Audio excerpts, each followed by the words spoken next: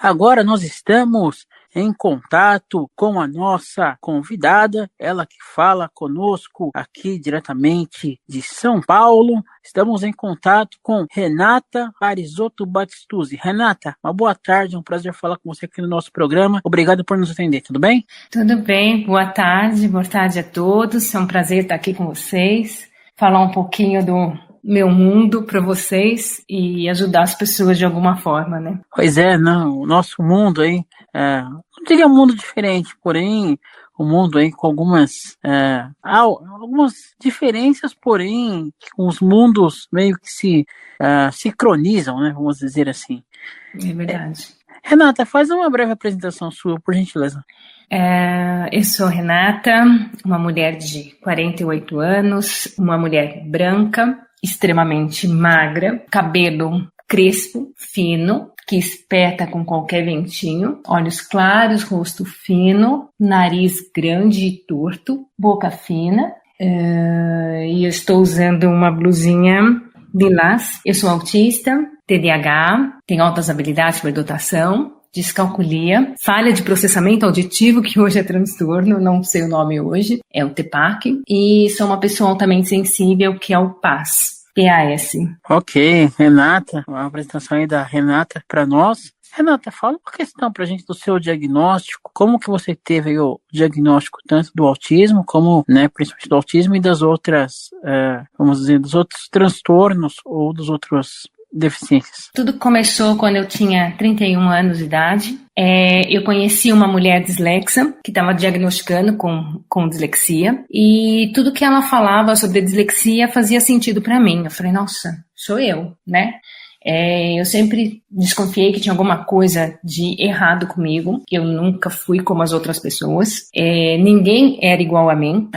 Eu destoava em gênero, número e grau, assim, de todo mundo. E eu sempre busquei entender por que eu era tão diferente, por que eu pensava diferente e sentia diferente as coisas. Eu nunca me encaixei em lugar nenhum, nem na escola, nem com amigos. Eu sempre tentei me moldar aos padrões da sociedade, mas aquilo nunca fez sentido para mim. E quando eu conheci essa mulher dislexa, eu falei, gente, é isso que eu tenho. Aí eu fui na Associação Brasileira de Dislexia em São Paulo para fazer teste de dislexia e saí de lá com o diagnóstico de TDAH, descalculia e a falha do processamento auditivo, que é uma diferença em tempo de tudo que eu escuto, eu não registro, né? Então, não tenho certeza se eu entendi. É muito comum as pessoas falarem palavras, principalmente em outros idiomas, ou palavras, sobrenome de algumas pessoas, e eu preciso ver por escrito para eu entender o que ela está falando.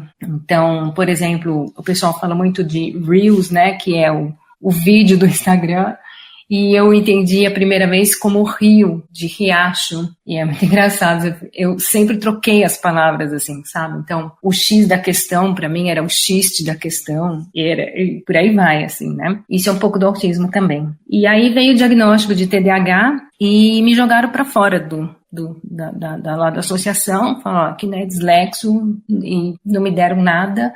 Não fiz terapia, não fui ver nada e saí de lá achando que era só que eu não sabia fazer conta e que eu tinha muito déficit de atenção, né? Na época era TDA, na verdade, transtorno do déficit de atenção, né? Agora tem a hiperatividade. E assim foi minha vida até a pandemia, em 2020, quando em 2019 eu comecei, teve alguns problemas de família, e eu comecei a ficar muito nervosa e tive muita crise, né? Então, eu tive ataques de pânico, eu chorava muito, e eu chorava, 5, 6 vezes por dia, em pânico porque eu não conseguia resolver os problemas. Aí veio a pandemia, em 2020, minha vida virou de cabeça para baixo, porque tudo que a gente fazia, toda a nossa rotina, e eu tinha uma rotina super arraigada, assim, então era tipo, eu marcava numa folha de papel, 7 horas da manhã eu vou acordar, 7h15 eu tô no banheiro, 7h30 eu tô tomando café,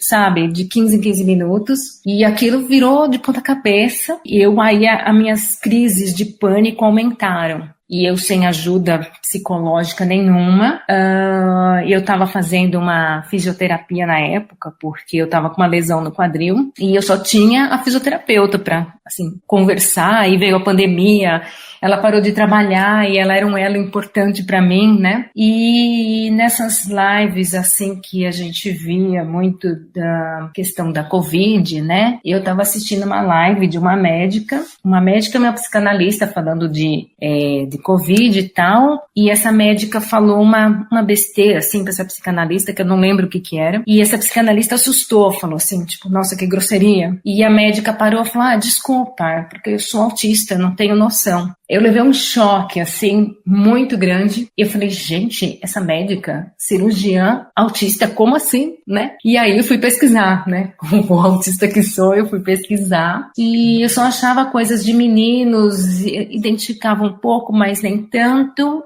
Aí que eu caí, comecei a achar perfis de mulheres autistas e quanto mais elas falavam, eu mais me identificava. E na semana seguinte me deu uma eureka assim na minha cabeça. Sou autista, né? E eu tava assim completamente enlouquecida. E eu voltei a fazer, isso foi em setembro, né? Junho, setembro, né? E aí eu voltei na fisioterapia, a gente já estava começando a voltar de máscara, tudo. E eu falei para ela que eu tinha descoberto que eu era autista. Ela parou assim uns minutinhos, olhou para um lado, para o outro. Ela falou, Renata, isso faz total sentido.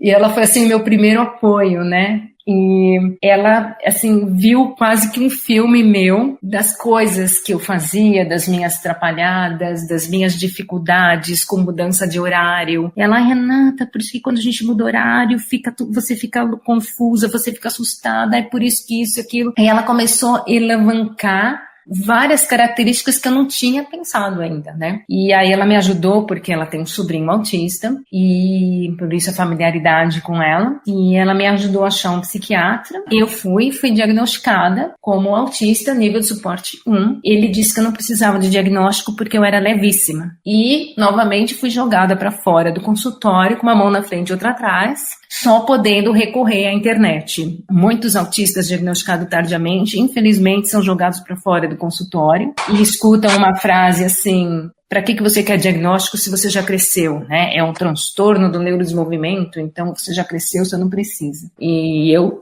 também escutei isso. Eu tinha vontade de arrancar a cabeça do psiquiatra, assim, e jogar fora, assim, porque eu falei, gente, isso é uma atrocidade falar uma coisa dessas, né? Para uma pessoa que está ali fragilizada na frente dele. E fiquei 2 anos perambulando por aí, procurando ajuda e sem saber, até que eu, por motivo de saúde, sempre fui muito doente, né? E por motivo de saúde fui procurar uma médica homeopata. E aí ela foi o meu primeiro suporte. Ela que me deu toda a estrutura de tudo que eu precisava, né? Eu precisava de apoio, carinho, colo.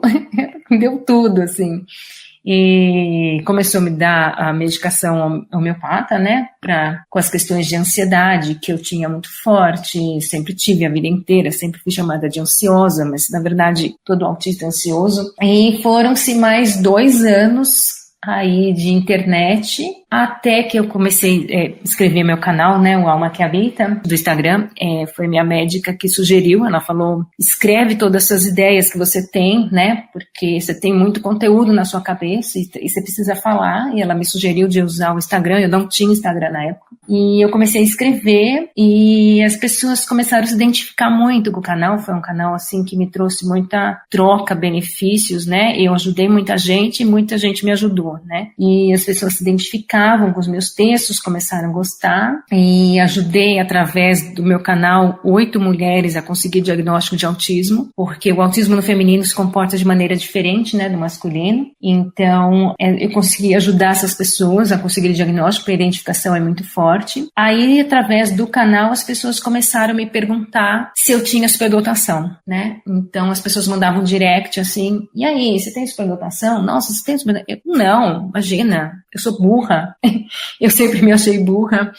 nada muito inteligente, eu tive muita dificuldade de aprendizado, de entender o que as pessoas dizem, de entender tudo. E eu falei, gente, não é possível que eu seja inteligente, né? Porque, de novo, eu estava com o conceito errado da superdotação. E começaram a perguntar lá para a 10ª pessoa. Eu falei, gente, mas por que vocês estão achando isso, né? E as pessoas identificavam coisas que eu escrevia nos meus textos, né? Olha, isso aqui não é do autismo, isso aqui é de superdotação, né? Isso aqui daquilo. E até que eu cheguei na minha psiquiatra atual, a doutora Thaisa Pandolfi. Ela tem um canal no Instagram também. Ela também é autista e também tem alta habilidade. E aí ela identificou a alta habilidade em mim e identificou o nível correto de suporte. Na verdade, eu sou nível 2 de suporte. E por anamnésia, né, que conversa muito, ela percebeu que talvez na infância eu fosse nível 3 de suporte. E sozinha, através de muito sofrimento que a vida traz, né, porque ninguém sabia que era autista, então você acaba tendo que se virar, né? Todas as crianças fazem, você tem que se virar e fazer igual. A família não dá aquela flexibilizada porque não sabe quem você é. E ao longo desse período eu acabei chegando no nível 2 de suporte, que é onde eu tô agora, né? Predominantemente nível 2. E a alta habilidade, ela me dá essa facilidade de falar, de me comunicar e de ter algumas questões sociais que o meu nível de suporte não comportaria. Falando do seu canal, aliás, maravilhosamente canal, parabéns. Eu vi uma postagem que você fez esses dias referente à alimentação. E na questão da alimentação, você colocou um link que eu achei assim, até comentei com você fora do ar, legal, assim, em termos, né? Mas nas coisas que vocês autistas passam, de comer coisas diferentes, até você colocou que você experimentou tijolo, terra, né? Umas coisas assim, fora do comum. Eu queria que você falasse pra gente um pouco dessa questão da alimentação. O autista, ele é um ser mega, ultra, hiper, micro sensível, né? A gente tem uma sensibilidade aguçada em todos os sentidos, principalmente na audição, no olfato e no paladar, né? São os mais, assim, aguçados, uns para mais, outros para menos, dado a diversidade do espectro, mas a audição, o olfato, o paladar é muito forte. Então a gente sente cheiro que ninguém sente, e o nosso paladar, assim, qualquer diferença no sabor de uma coisa que a gente está acostumado a comer, traz, assim, a gente não quer comer, né? Então a gente tem dificuldade com diferenças de sabor, né? Então um prato de comida todo misturado não é uma coisa boa para um autista, né? Vale a pena ter um alimento com sabor só, assim. Então a gente tem essa dificuldade de comer, por isso a gente acaba ficando com uma deficiência de vitamina. Porque autista adora comer junk food e produtos industrializados, porque eles têm o mesmo gosto, né? Não da comida caseira e comida de verdade, arroz, feijão, verduras, legumes, né? Autista foge um pouco disso. Essas diferenças de sabor, de amargo, doce, áspero, é uma coisa mais pudim, né, que é uma coisa mais pastosa, assim, a gente costuma não gostar. Aí quando a gente fica com essa deficiência de vitamina, o corpo pede pra gente comer coisas diversas, né, e a gente tem essa questão sensorial da boca muito difícil, porque muitos têm bruxismo também, porque a criança não entende a boca, ela não entende o que é a boca, o que é ela, né? Meninas autistas costumam olhar muito no espelho e conversar e falar olhando no espelho para ver se identifica, né? Porque é um despertencimento muito grande. E a questão da alimentação é uma das minhas teorias, né? Assim, tem um nome, essa doença, assim, né? De essa deficiência, até mulheres grávidas podem querer comer coisas estranhas por falta de vitamina. Então leva a gente a experimentar algumas coisas que atraem a gente, né? Tijolo, assim, é uma coisa que eu sempre gostei. E terra, né? Tá precisando de vitamina. Eu comia reboco de parede, eu comia borracha, né, na escola, assim, devorava borracha, comia lápis, né, era tudo mordido, parecia um esfregãozinho, assim, meu lápis, que vem um pouco também da questão da ansiedade, né, e a gente é muito ansioso porque a gente nunca sabe o que vai acontecer e estamos sempre nessa questão dúbia, e aí a gente acaba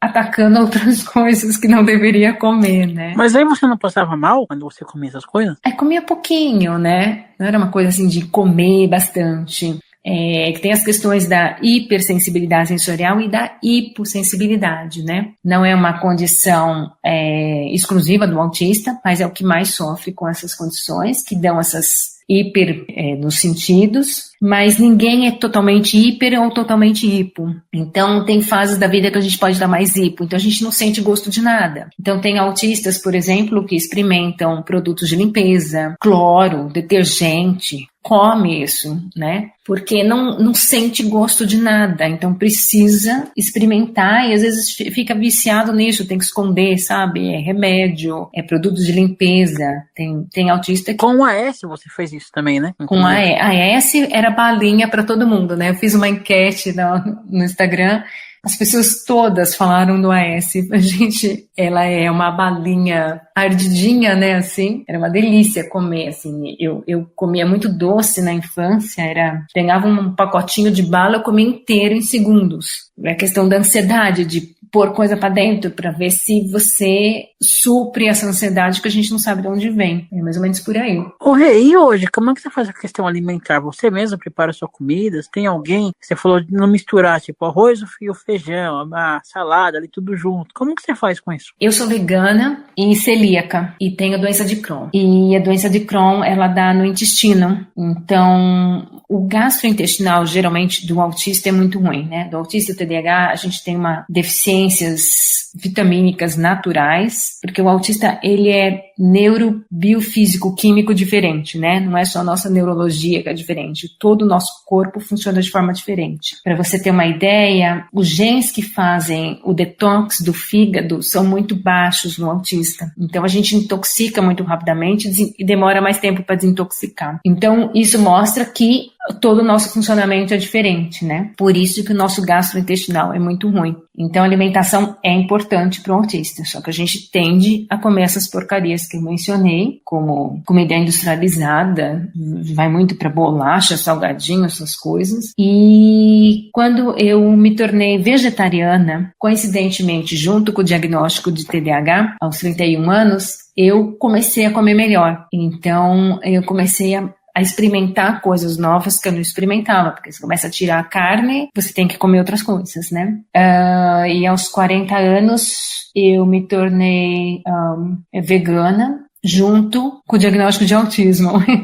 As coisas meio que encaixaram, assim, né? Estranhamente ou não. Veio o veganismo, veio a doença celíaca, que eu não sabia, aos 44 veio a doença celíaca e o diagnóstico de autismo. A minha alimentação eu mesma preparo, porque eu não posso comer nada fora, por conta das minhas doenças. Eu cozinho e, assim, eu sou nível 2 de suporte, eu sou uma pessoa que preciso de apoio substancial para fazer tudo, e eu não tenho, eu mesma faço, porque eu sempre fiz, mesmo sem saber que eu era autista, né? Eu mesma aprendi a fazer. E então eu cozinho e entro em pânico toda vez que eu tô cozinhando, porque eu não tenho apoio. Então a cozinha quase que me engole, ainda assim eu cozinho porque eu preciso comer. Você não come a carne porque você não gosta mesmo, ou você... Muitos veganos falam, não como carne, esse coisa, porque eu tenho dó do bicho morrer e tal. Como que é pra você? Eu nunca gostei de carne. Minha mãe obrigava a comer. É uma coisa intrínseca minha. Nunca gostei. E eu me obrigava a comer até que aos 31 anos eu consegui falar não e comecei a reagir, né? Eu acho que quando eu comecei a reagir que veio o diagnóstico. É interessante isso. Um processo interno nosso, né? E eu não como carne, sim, por conta da tortura que os animais passam, né, que não é pouca coisa. Eles são cruelmente criados, cruelmente torturados, né, os animais não veem a luz do sol, ficam trancados, a indústria do leite tira o bezerro da mãe, ele não pode tomar o leite que é direito dele, a gente toma, né, basicamente por isso, é pelos animais mesmo e por conta da tortura que eles passam mesmo. Ah, ok, realmente é uma situação bem complexo, né? Ao mesmo tempo que a gente da proteína, tem esse lado aí que poderiam, né, torturar menos os animais, né? Infelizmente, eles passam aí por situações bem complexas. E um outro tópico que eu queria abordar com você é que às vezes o pessoal, quem não lida ou não conhece o mundo autista, não sei se é o termo correto, a questão das estereotipias, né? Que é a questão da agitação, mexer as mãos, enfim, até você postou algumas coisas sobre isso também no seu canal, eu vi algumas coisas sobre isso. Queria que você falasse pro público que não conhece a questão das estereotipias. As estereotipias todo mundo faz, né? Quando a pessoa está nervosa, ela pode mexer as pernas, ela pode roer unha, ela pode mexer na caneta e ficar apertando e assim, né, com a caneta, tipo, esse barulhinho assim a pessoa acaba fazendo. Todo mundo faz a estereotipia. O autista, ele vai fazer mais vezes porque é intrínseco nele, é uma questão fisiológica, né? A gente é classificado como comportamental, mas não é. A estereotipia é fisiológica no autista, porque nós somos seres do movimento. O TDAH também faz estereotipia, o TDAH não para muito quieto, porque ele também é do movimento. O estar em movimento, para mim, pelo menos, me ajuda a pensar e a falar melhor. E eu agora estou falando com você e estou em movimento. Então, às vezes eu estou lendo, eu estou entrelaçando um lápis nos dedos, ou estou girando um anel, me ajuda a pensar, me ajuda a me concentrar. Tem criança que às vezes está pedalando e fazendo lição, sabe? Ou tá se mexendo. O movimento é importante pra gente, não só para se regular, mas para se acalmar e aterrar onde a gente está, né? Por que aterrar? Porque muitos autistas relatam, eu inclusa, que o nosso corpo não nos obedece. Então a cabeça da gente vai, a gente pensa as coisas, a gente quer fazer as coisas e o corpo não obedece. A gente quer falar e a gente não consegue. Falar é um pouco cansativo e exaustivo pra gente. E o corpo não obedece, porque a fala tá no motor e o motor é mais lento, né? E a cabeça da gente tá a 1000, assim.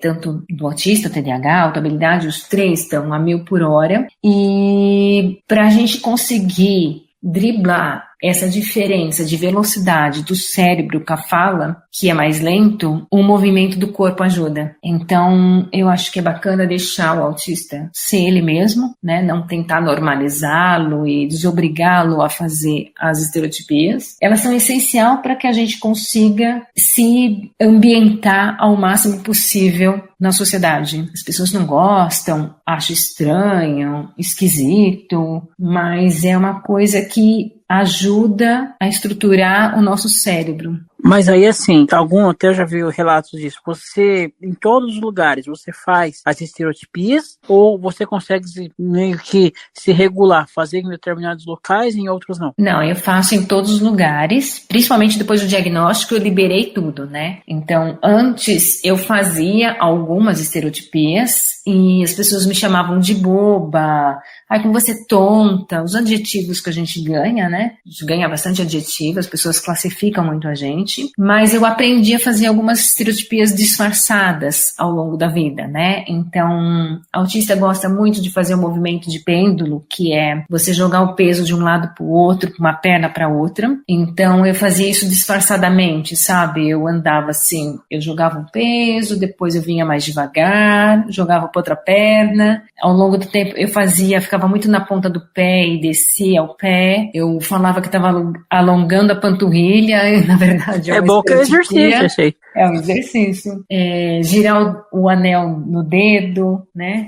Que é uma coisa que eu tô fazendo agora. Tipo, tira o anel e fica girando na mão. Estalar o dedo é estereotipia. Estalar tudo, o corpo inteiro. O autista gosta muito de estalar o corpo. A gente vai disfarçando, né? Coçar a cabeça, por exemplo, eu descobri que é uma estereotipia disfarçada. Então, eu coçava muito minha cabeça e não sabia por quê, né? Então, eu falei, nossa, eu passava isso, e médico daquilo, não descobria por que era aquilo, e a cabeça realmente coça. E é uma estereotipia disfarçada. Coçar o nariz, autista coça muito o nariz enquanto fala, e coça mesmo, e isso é uma estereotipia. E aí a gente disfarça, a gente finge, mas ela tá ali. E se jogar no chão para procurar o gelado? Não sei se isso acontece com você, mas também já vi relatos de procurar o chão gelado. Também acontece? Acontecia muito na época do diagnóstico, a minha vida inteira. E até a época do diagnóstico, hoje menos. O chão, assim, na verdade, o chão, ele é o nosso... É como se a gente vivesse em constante looping e na hora que a gente deita, o mundo para, o nosso mundo interno para. E ele acalma a gente. Hoje, com a idade, eu prefiro deitar numa cama, que é mais confortável. Mas, assim, o chão sempre foi... Então, entrava em crise e vai pro chão, para a gente se sentir, né, o desprendimento nosso de pessoa, a gente quase não sente nosso corpo, né? É tudo tão confuso, tudo tão estranho, que quando você vai pro chão e para, você fala, nossa, tô aqui. Aí a gente consegue se acalmar e voltar. O chão assim, é um anteparo, assim. O frio, o quente, a gente nem liga, porque quando a gente tá em crise, o mundo acaba, né? Então, você se joga no chão, você nem lembra mais se está frio, se está com calor. É para fazer o ponto zero, para a gente conseguir voltar e sair de lá, né? Mas aí não acontece acidentes por causa disso? Acontece, né? É comum o autista bater a cabeça na parede. Eu bati a cabeça na parede por 44 anos, né? Eu tinha raiva de mim mesma, porque todo mundo me julgava como errada. Então, eu era muito desastrada, né? Por conta do TDAH, eu tropeçava em tudo, eu derrubava comida para fora do prato e todo mundo ressaltava que tinha que ser a Renata por ser desastrada, sabe?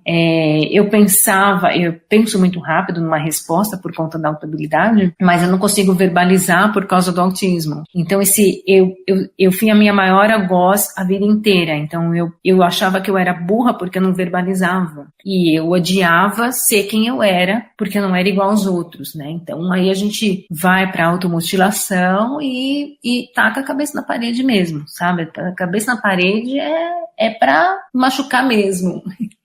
E isso eu fiz a vida toda. Então, eu não sei se é pra você se machucar porque você se odeia muito, e é intrínseco, assim, muitos e muitos autistas, sei lá, 90% enfia a cabeça na parede, sabe? E eu fazia isso do berço, eu batia a cabeça no berço, quer dizer, de um berço antigo de ferro, né? Eu enfiava a cabeça no berço. Quer dizer, um bebê fazendo isso, porque tem algum motivo, né? Assim, eu não sei explicar o porquê. Eu sei que me odiava. Eu passei 44 anos me odiando. Depois do diagnóstico que as coisas mudaram. Em cima disso ainda, depois do diagnóstico, inclusive tem a data aí no dia 18, você tem orgulho de ser autista? Tenho. É uma honra para mim ser autista, porque o autismo veio explicando tudo o que eu nunca entendi a vida inteira. Ele me trouxe respostas que eu busquei a vida toda. Então, é uma dádiva para mim ter essa consciência de quem eu sou. Principalmente porque estima-se que 90% dos brasileiros não sabem que... Os 90% dos autistas não sabem que são autistas, né? Dos brasileiros, né? Então, todo esse boom de autismo, de autistas adultos, é 10% da população do Brasil, né? Então, é uma honra para mim ser quem eu sou e honrar esse diagnóstico que é tão caro e tão difícil de ter, é um preço muito caro, pelas pessoas que desconfiam que são e não têm dinheiro para fazer um diagnóstico, e as que não sabem quem são. Então, para uma pessoa como eu que sofri dor e agonia por não ser compreendida e respeitada a vida inteira, eu sempre fui julgada por tudo que eu fazia de certo, de errado, e passei a vida tentando decifrar as pessoas e situações que ninguém nunca me compreendeu. Eu ter hoje essa consciência que me permite eu poder ser eu em toda a minha magnitude, sabe? Então eu posso sair na rua de cabeça em pé, eu posso ir no supermercado e fazer minhas estereotipias dentro do supermercado com meu cordão de girassol feliz, eu posso fazer estereotipias na rua,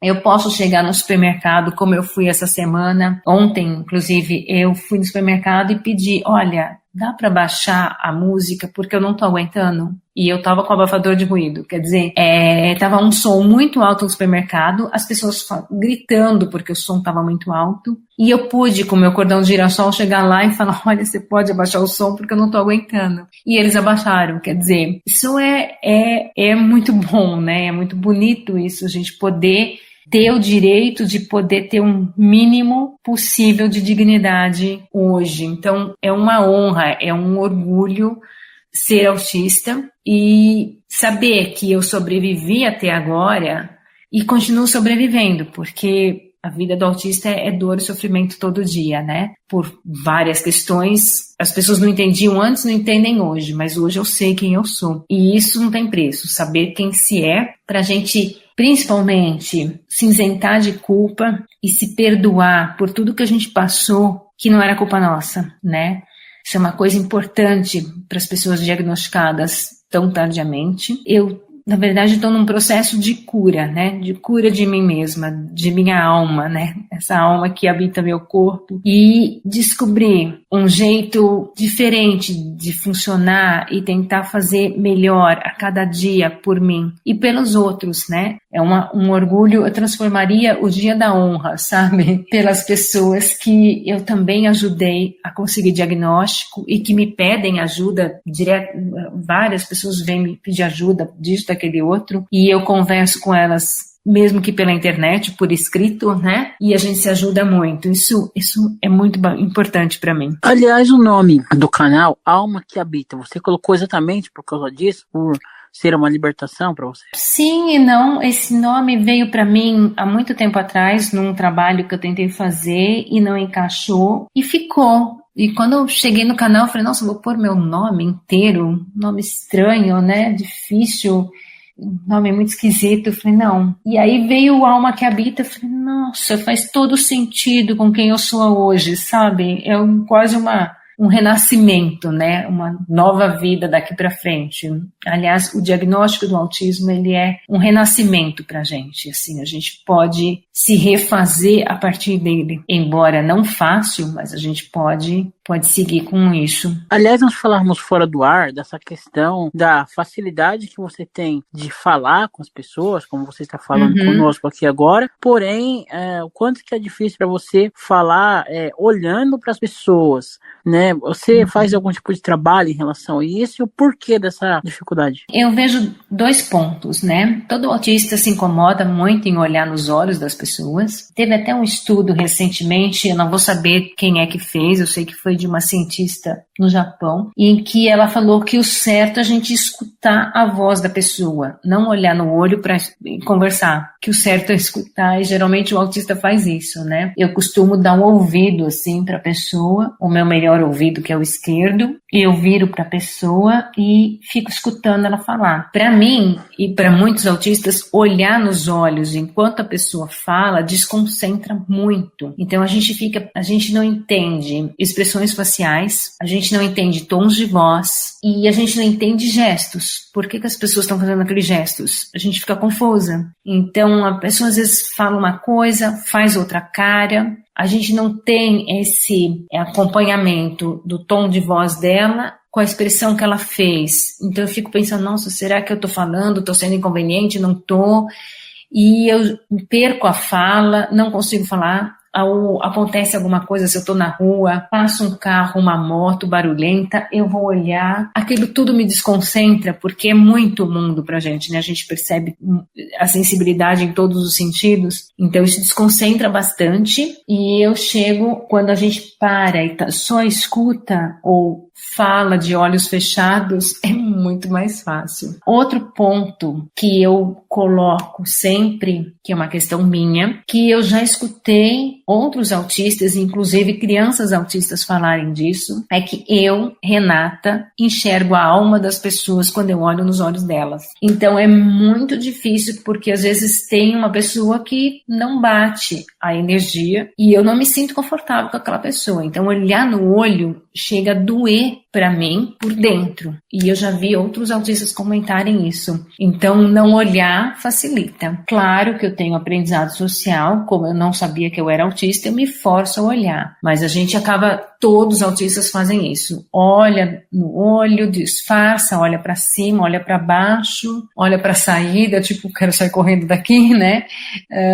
Depois volta, olha para a pessoa de novo. Eu às vezes abaixo a cabeça, daí eu olho para cima e vou disfarçando, né? Porque o aprendizado, a sociedade diz que tem que olhar no olho para falar, e o autista acha meio patético isso, porque a gente sabe que a pessoa está ali. Para que tem que olhar, né? É quase uma disfunção do olho. Talvez até seja por isso que a gente teve e tem, né, bastante facilidade de conversar, entrevistar pessoas autistas, porque nós se encontramos na mesma condição também, eu também estou vendo, a gente deixa a câmera desligada, né, de colegas de trabalho, então fica tudo mais tranquilo. No caso das suas altas habilidades, em quais focos você, além das respostas rápidas que você falou que você consegue fazer, em que mais se encaixa as suas altas habilidades e superdotação? Eu sempre tive um alto nível de criatividade, absurdo para todas as artes, nunca bem utilizado, porque nunca viram as minhas potencialidades, né? Sempre viram as minhas dificuldades. Eu sempre tive muita ideia, assim, se deixasse eu tinha mais de 20, 30 ideias por dia de coisas para fazer, projetos que eu nunca pus no ar, assim. Agora eu tô começando a usar as minhas ideias e pôr em prática. Eu sempre tive uma alta capacidade de resolução de problemas. Eu não posso passar na frente ou do lado de alguém que está tendo um problema que eu escuto e eu arranjo solução rapidinho para a pessoa. Para mim, eu tenho mais dificuldade, eu levo mais tempo, mas eu tenho essa questão. Eu sempre tive uma curiosidade insaciável, então de querer entender o porquê das coisas, por que as coisas são desse jeito, por que as pessoas agem desse jeito, por que isso, por que aquilo, por que é uma coisa que a gente pergunta muito. Eu sempre tive altíssimo senso de justiça, isso é da alta habilidade. Eu não consigo ver alguém sofrer, ou um animal sofrer, né? É difícil para mim, até numa televisão que passa uma notícia ou mostra uma cena de violência, é terrível para mim, eu não assisto, eu não vejo. Eu evito cenas fortes, porque meu senso de justiça diz que eu tenho que ir lá como um super-herói, ir lá e salvar a pessoa, sabe? Tipo, é muito difícil eu aguentar isso. Eu sofro muito por conta disso. Eu tenho uma capacidade alta de fazer a leitura da outra pessoa, dos sentimentos dela. Eu sou muito sensível aos sentimentos da pessoa, e de fazer essa leitura dela, faço essa leitura muito rápido. E isso não tem a ver com o autismo, né? O autismo tem essa dificuldade de leitura. Então, quando eu fui diagnosticada, não fazia sentido eu fazer leitura das pessoas quando o autista não faz. E isso é o conflito da auto-habilidade com o autismo, né? E eu tenho uma facilidade de entender o que a outra pessoa quer, entender os motivos dela, entender por que ela é assim e ainda assim não entender por que ela é assim, porque daí vem do autismo que não entende. Então fica na dualidade, sabe? Porque cada neurologia funciona independente em si, dentro de mim, e eu no conflito no meio desse cabo de guerra triplo que eu sou. E eu sempre tive uma coisa que eu gabaritei no teste de alta habilidade, que é essa habilidade intrapessoal. Eu tenho uma autopercepção muito grande de mim mesma e uma capacidade de autorreflexão e autoconhecimento. Então, eu me auto-observo muito e eu meio que me faço terapia em mim mesma o tempo todo. Então, eu falo, nossa, fiz isso de novo, por que eu fiz isso? E consigo entender o que está acontecendo comigo. Isso é bacana para eu entender muito meu autismo, assim, que é uma coisa que os próprios autistas não entendem porque que fazem e não conseguem consegue superar essas coisas. Isso a auto-habilidade me dá. Eu tenho raciocínio lógico e para analisar problema, resolver coisas, eu tenho essa da resolutividade, né? E eu analiso o problema muito rápido, crio hipótese, proposições a respeito de alguma coisa.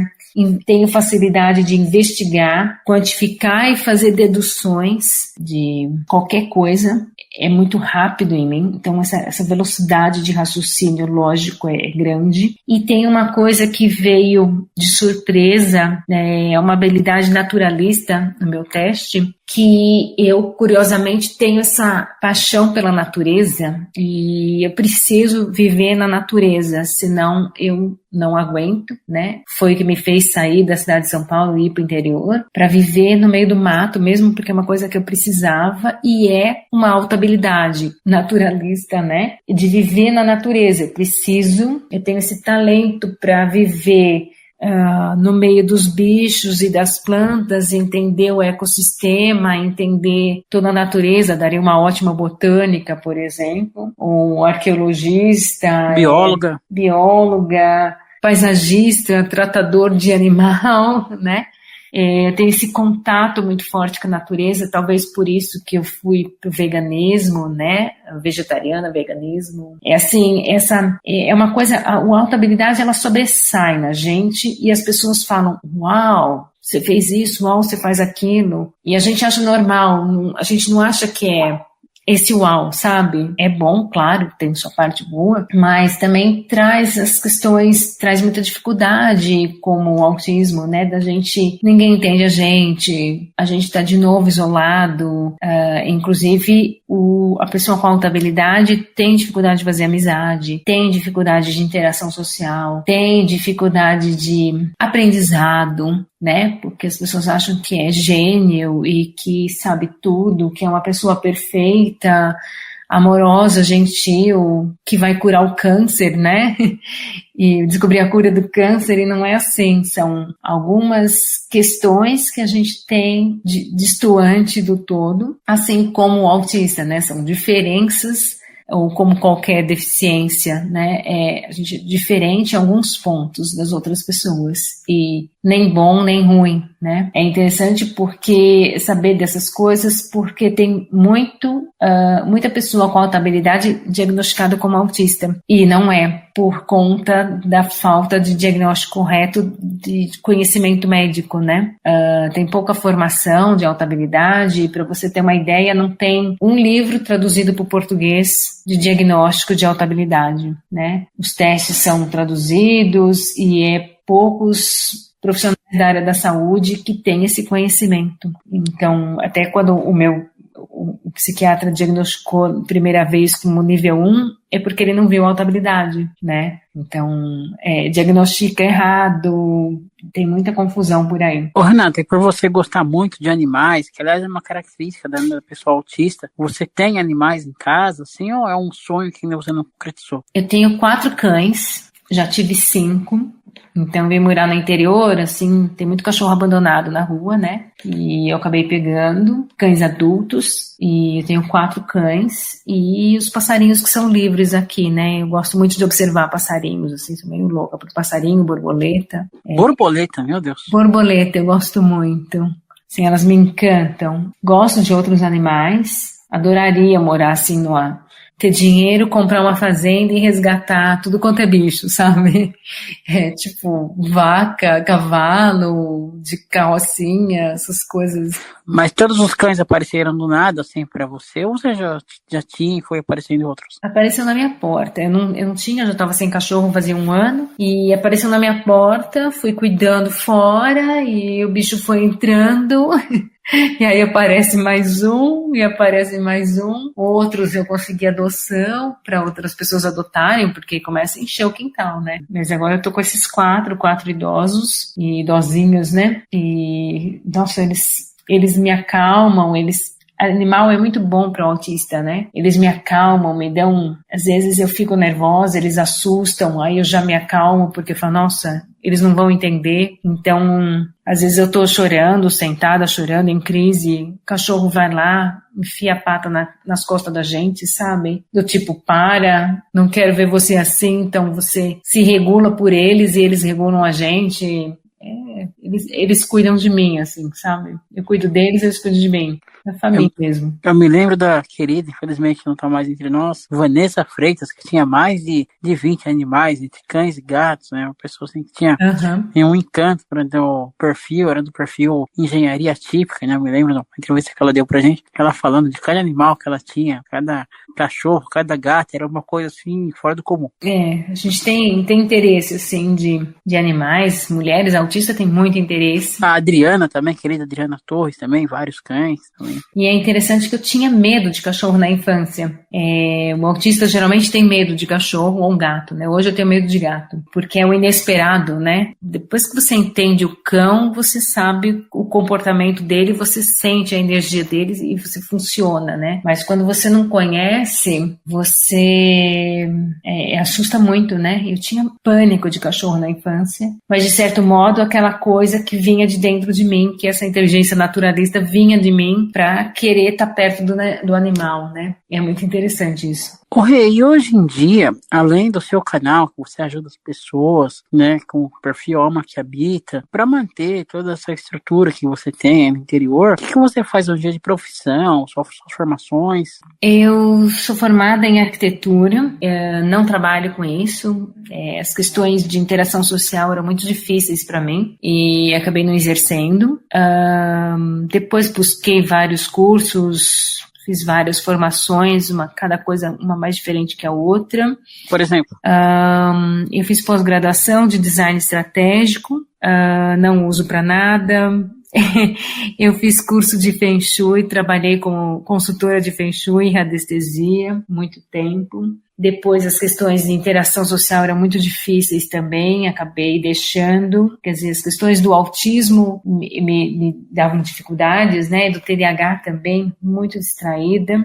Depois eu descobri que eu gostava de organizar, que é uma alta potencialidade minha na minha alta habilidade. E aí eu acabei trabalhando como personal organizer por mais ou menos 15 anos até a pandemia. Em 2020 eu parei e aí veio o diagnóstico de autismo e eu só consegui voltar para a vida no meio do ano passado. Que eu consegui começar a voltar a trabalhar de tanto o choque e o trabalho do autismo, né? Então, eu fiquei 2 anos até abril de 2022 sem suporte quando veio a minha médica, né?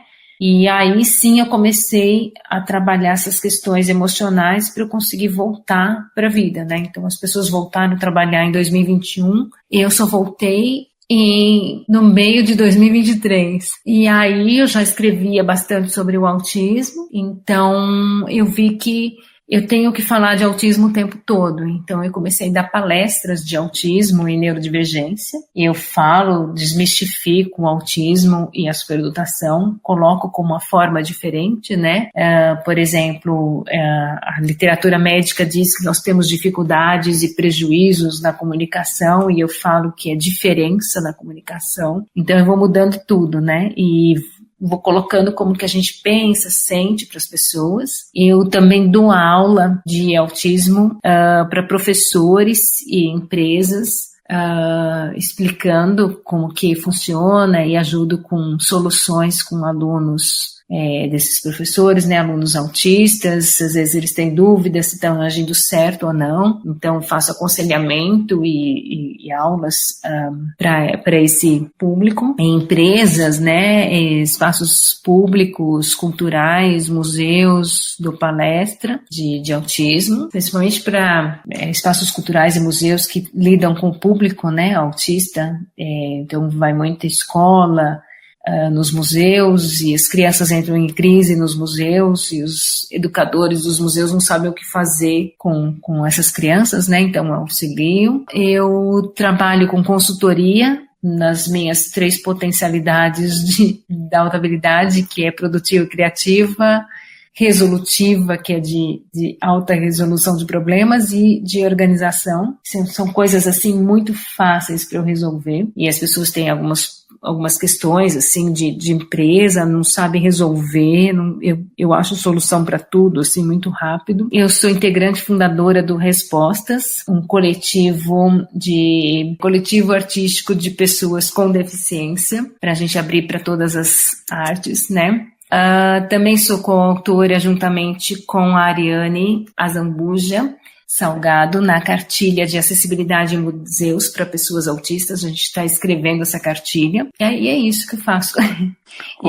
Nossa, parabéns. Formidável. Bom, Renata, em nome da Web Rádio Teletema, das demais rádios parceiras, no programa Espaço da Inclusão, programa Espaço da Inclusão Especial, gostaria de agradecer a sua atenção, a gentileza e cordialidade com o nosso programa. Se você puder uma mensagem final e seus contatos, por gentileza. Eu agradeço muito a oportunidade de estar aqui, de levar o conhecimento para as pessoas sempre. Os meus contatos, né, o Alma que Habita, é o Instagram, o LinkedIn é Consultoria Neurodivergente, e eu posso deixar aqui depois nos comentários os contatos, né? Uma mensagem final para as pessoas. Se você tem dúvida ou você suspeita que você possa ter alguma neurodivergência e que todo mundo fala para você é loucura da sua cabeça, não é isso, ou o seu psicólogo vai falar que porque você casou, teve filho ou trabalha, você não pode ser autista. Ou se você tem ideias e esses impulsos fortes, vá procurar ajuda. Se o seu psicólogo falar que é impossível você ser autista ou psiquiatra,